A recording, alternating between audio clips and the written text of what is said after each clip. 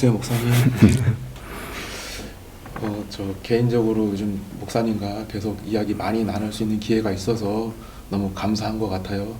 지난주 강화도 신방 갔다 올 때도 목사님한테 참 좋은 말씀 많이 들었는데 오늘도 참 많은 기대가 있습니다.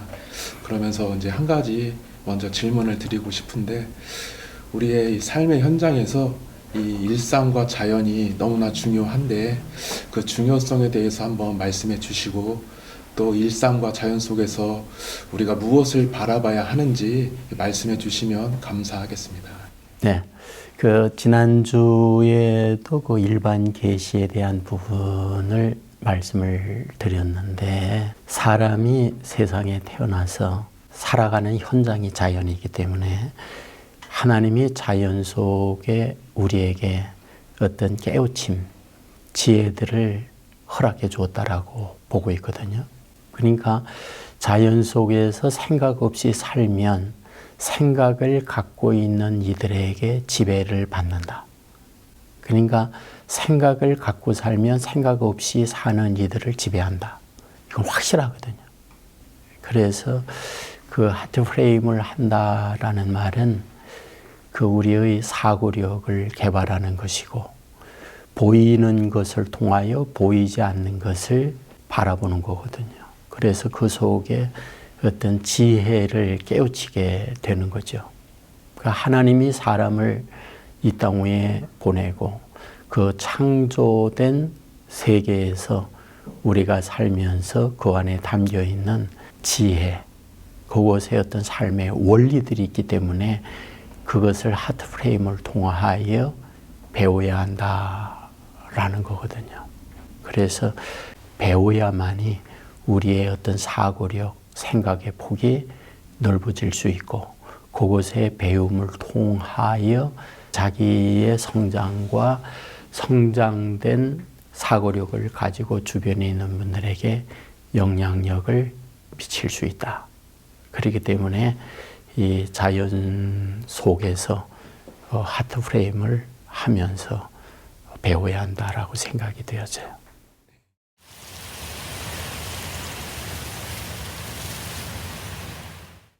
예, 목사님, 이번에 두 번째 질문이 있습니다. 네. 이제 가을이 되고 이제 겨울을 준비해야 되는데요. 월동 준비가 참 중요합니다. 그러면서 이 김장김치 준비하는 것이 중요한데, 그래서 이번에 김치로 하트 프레임 해주시면 감사하겠습니다. 네. 일단은 이제 김치의 재료가 배추이기 때문에 배추의 입장에서 하트 프레임을 할 수 있고, 배추를 자라게 하는 밭, 그리고 비와 날씨를 핵심에서 하트 프레임을 할 수 있고, 농부의 입장에서 할 수 있고. 그런데 이 시간에는 그 배추 자체를 대상한 하트 프레임을 해볼게요. 그러니까 배추 씨앗이 땅에 떨어지고 그 배추가 자라기 위해서는 씨앗 자체는 사라져야 돼요. 그래야 그 속에서 싹이 나거든요. 씨앗 자체는 없어지는 거죠. 그리고 그것이 자라가지고 김치가 되기 위해서는 잘려줘야 돼요. 뿌리가. 그것을 또 가지고 와가지고 칼로다가 절반을 또 짜게거든요. 그것도 죽는 거죠. 그걸 또 소금에 절인다고요. 소금에 절인다는 건 숨 죽인다고 그러거든요. 그것도 죽는 거고. 씻어가지고 양념을 하잖아요. 그리고 그것이 항아리나 통에 들어가서 숙성기간을 가질 때에 그 안에 소금이라든지 양념이라든지 스며들어가지고 본래의 배추의 그 모습이 거의 사라지는 거죠. 그리고 그것을 또 썰어가지고 사람이 먹을 때에 입이 들어가서 그걸 또 씹잖아요. 그래야 그 자체가 거의 다 사라지는 거죠.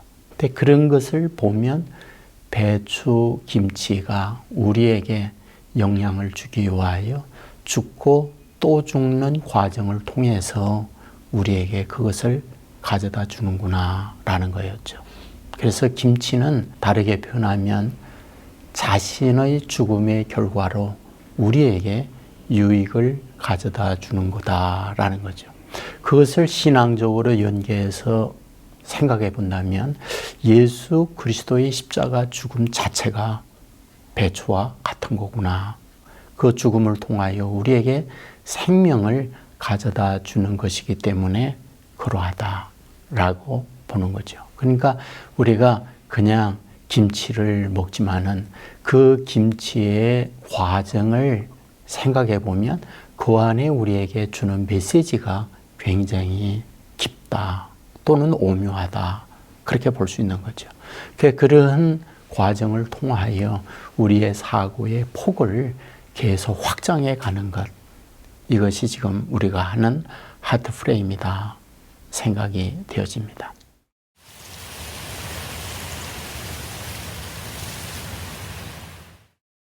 세 번째 질문으로 성경의 이야기를 가지고 이제 하트 프레임 하면 좋을 것 같습니다. 그래서 성경에 룻이 나오잖아요. 그래서 룻의 이야기를 가지고 하트 프레임 해주시면 감사하겠습니다.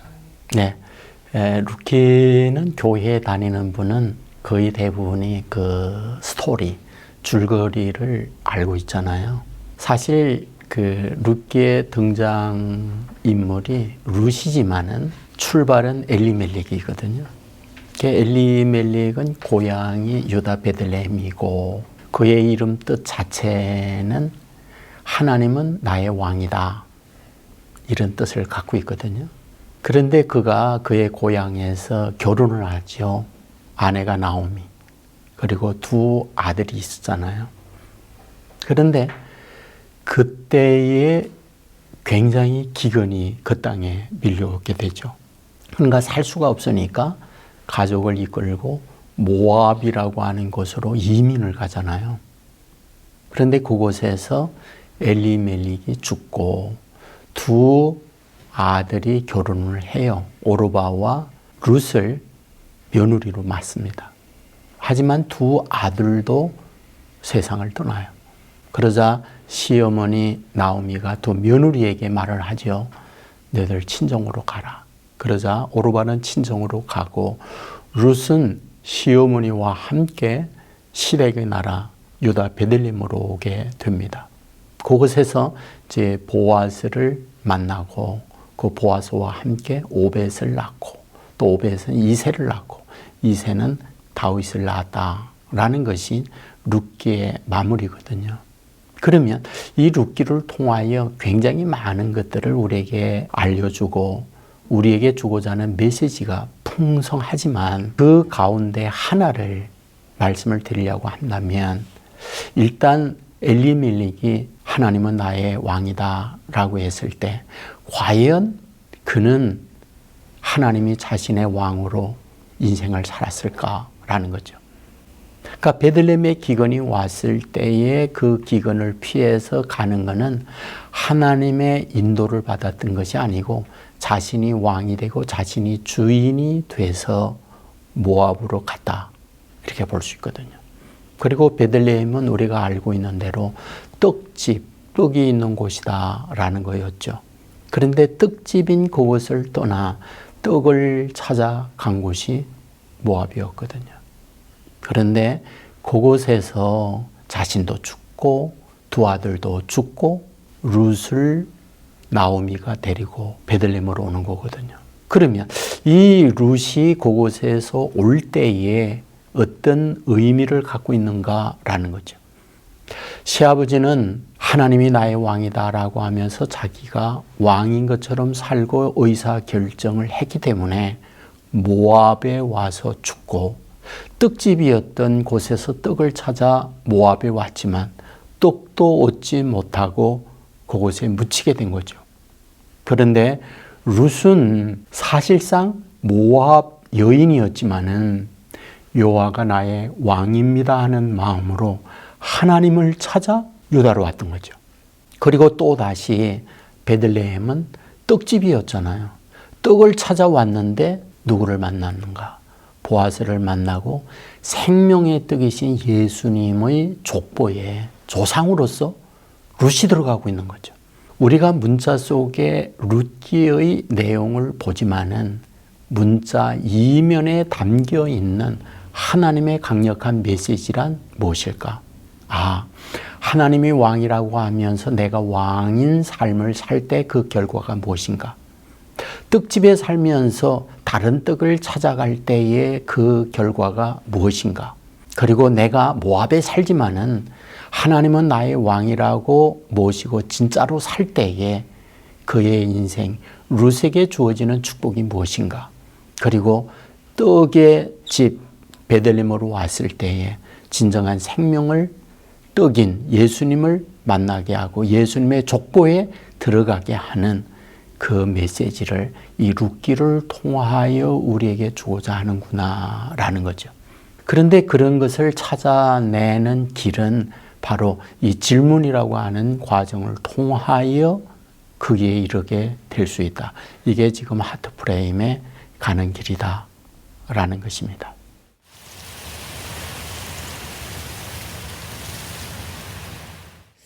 이번에는 좀 실제적인 질문이 될 수 있는데, 우리 성도님들이 지금 삶의 현장 속에서 겪는 문제들을 가지고 하트프레임 하면 좋을 것 같아요. 그래서 제가 사연을 좀 가져왔는데, 먼저 이런 질문을 해주셨습니다.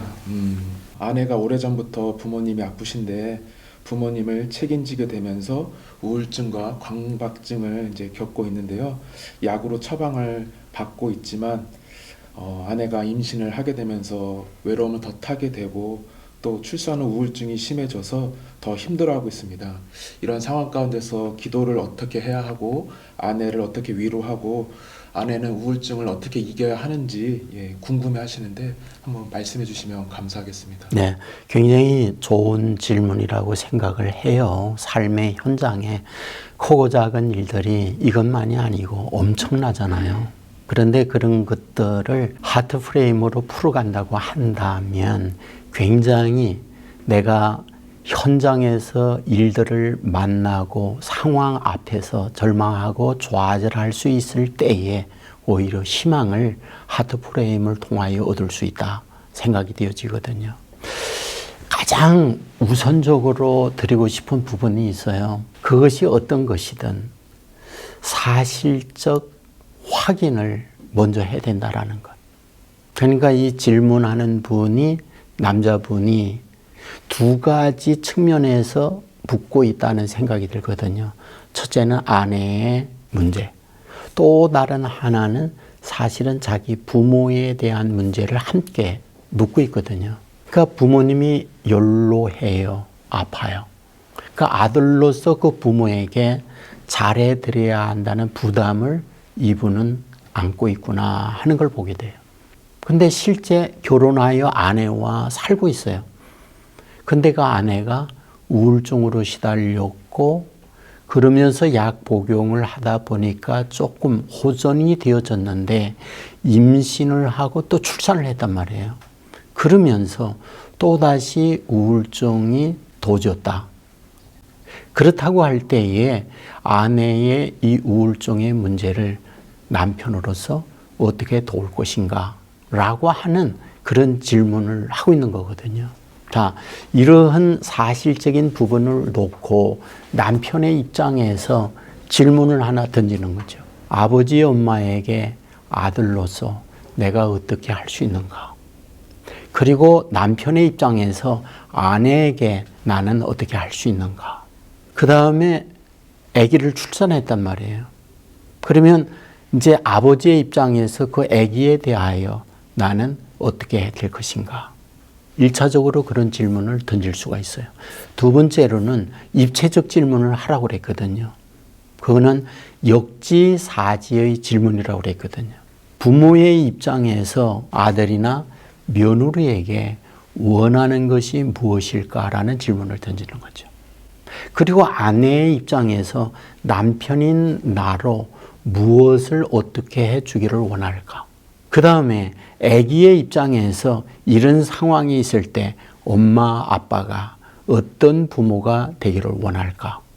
이런 등등의 입체적 질문을 해보는 거거든요. 저는 이 시간 이런 질문을 던지면서 먼저 아내의 중심한 답변을 드리고 싶어요. 사실상은 부부가 행복해야 부모 효도도 되고 자녀 교육도 잘 됩니다. 그렇기 때문에 가정의 가장 핵은 부부예요. 부부가 잘 돼야 돼요. 그러면 부부가 잘 되기 위하여 이런 상황에서 어떻게 되는가? 가장 근본의 문제는 아내가 건강해야 되거든요. 지금 우울증이라고 하는 문제는 정신적 문제가 생겼다라는 거잖아요. 그러면 우울증에 원인이 있다고요. 그 문제를 놓고 문제를 풀어갈 수 있는 능력이 있을 때는 우울이 없습니다.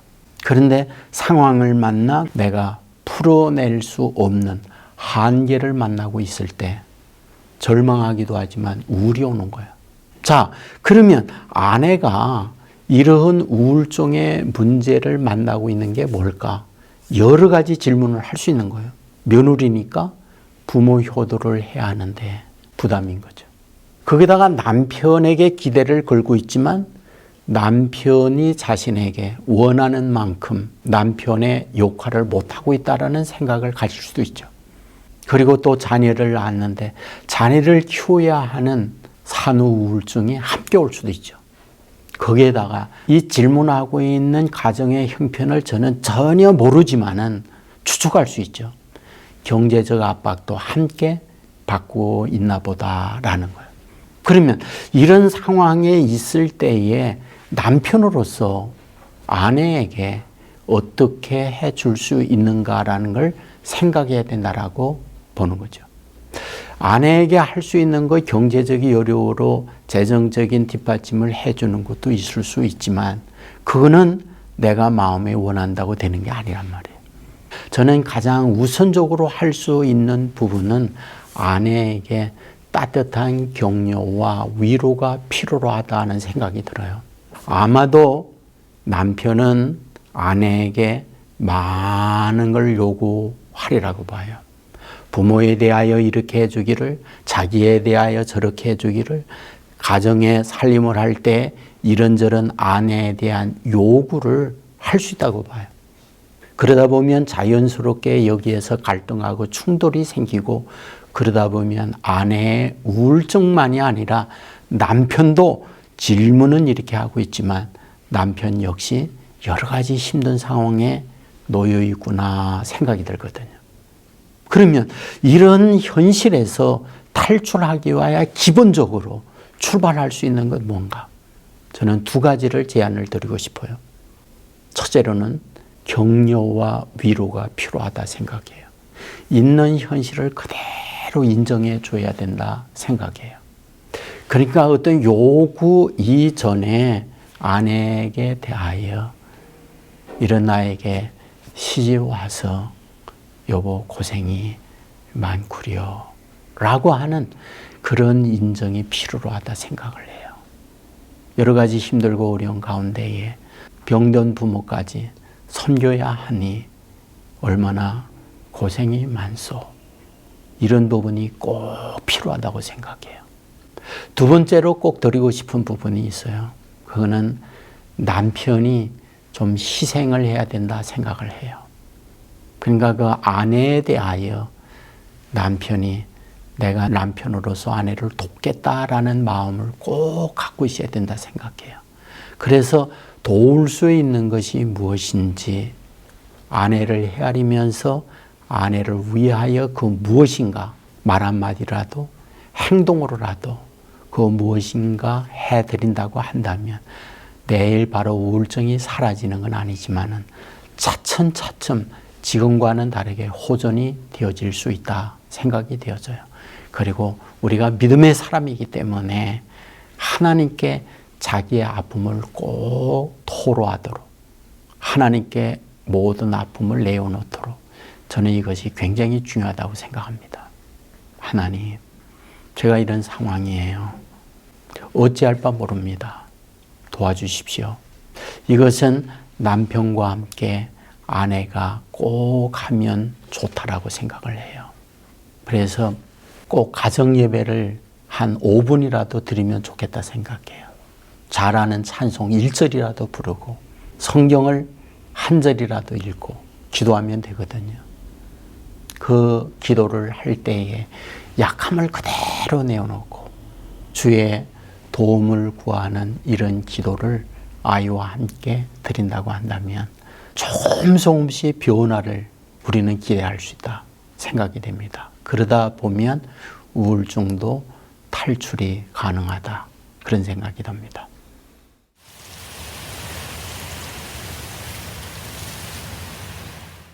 목사님 감사합니다.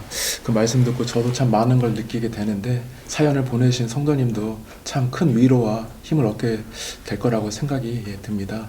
그러면서 한 가지 더 우리 성도님의 사연 질문 드리고 싶은데요. 목사님, 마음의 결정이 행동으로 잘 옮겨지지 않습니다.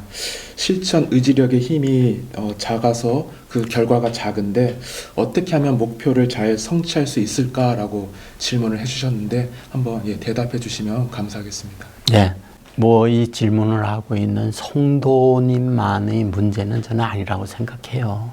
이런 말이 있잖아요. 비전과 미션과 패션이 있어야만 우리의 갖고 있는 우리의 어떤 목적들을 이루어낼 수 있다. 비전은 꿈이에요. 방향이에요. 그런데 그 방향에 대해 미션, 발걸음을 내딛는 거예요. 그런데 발걸음을 내딛는 것만이 아니라 패션, 내 안에 어떤 열정의 불이 붙어야만 기쁨으로 그 목적을 이루어낼 수 있다라는 것이 소위 자기 개발을 하는 사람들이 말하는 내용이거든요. 저는 그 부분에 절대 동의합니다. 근데 문제는 내가 그 꿈을 갖고 있지만 발걸음을 내디려고 하다 보니까 작심삼일로 무너져 내리는 거예요. 저는 이 부분에 대하여 이렇게 제안을 드리고 싶어요. 첫째로는 그 꿈을 너무 굉장한 곳에 두지 않기를 제안을 드리고 싶어요. 다시 말하면 학생에게 예를 들 수 있거든요. 반에 50명의 학생이 있어요. 근데 자기 성적이 40등이에요. 내가 1등 해야 되겠다라는 목표를 세우지 말라는 거예요. 그러니까 40등이면 내가 39등 하겠다라는 목표를 세우라는 거예요. 체중이 80kg예요. 내가 50kg, 60kg로 감량하겠다. 거의 무너져요. 79kg로 감량하겠다라고 목표를 세우라는 거예요. 그리고 그것을 이루어냈다고 하면 자기에게 굉장한 격려를 해라. 왜 그런 거 아니? 사람이라는 게 말이죠. 제가 살면서 보잖아요. 어떤 실패가 거듭되면은 패배의식이 자기를 지배하게 될 때 나는 틀렸어. 이번 생에 나는 해도 안 돼. 많은 경우 벗어나지 못하고 주저앉고 인생이 끝나는 경우들이 많아요. 그런데 아주 작은 하나를 성취해내고 그리고 자기에 대하여 나 할 수 있구나. 나 괜찮구나. 그러면 거기에 에너지가 더 붙어서 더 큰 일을 이루어내는구나 하는 걸 저는 주위에서 굉장히 많이 보거든요. 그리하여 제일 먼저 제안을 드리고 싶은 것은 아주 작은 목표를 세우라고 하는 것. 두 번째입니다. 내가 그 일을 이루어내는 데에 방해적 요소가 무엇인가 하는 걸 꼭 분석을 하세요. 출발하지 못하게 하거나 출발한 것을 중도에 포기하는 반드시 원인이 있거든요. 책 한 권을 읽겠다. 그런데 책을 다 읽다 보니까 생각이 자꾸 다른 데가 있는 거예요. 카톡에 문자 오는 게 없나? 그래가지고 책 읽는 거를 놓고 휴대폰을 또 검색하고 그러다 보면 자기의 갖고 있는 어떤 목표들이 흩어져 버려요. 그렇기 때문에 자기의 어떤 그 목표를 달성하는데 방해적 요소들을 환경 설정으로 제거시키는 것이 굉장히 중요하다. 그렇게 보아요. 그리고 자기 스스로에게 족쇄를 채우게 하는 것이 좋아요. 예를 들면 나 혼자 책 읽는 것이 어렵다 그러면 독서 그룹을 만든다든지 그곳에 내가 참여를 해서 나로 억지로 가서 책을 읽도록 나를 훈련시키는 거죠. 자기의 의지적 이런 훈련을 자꾸 반복하다가 보면 그것도 성장을 해요.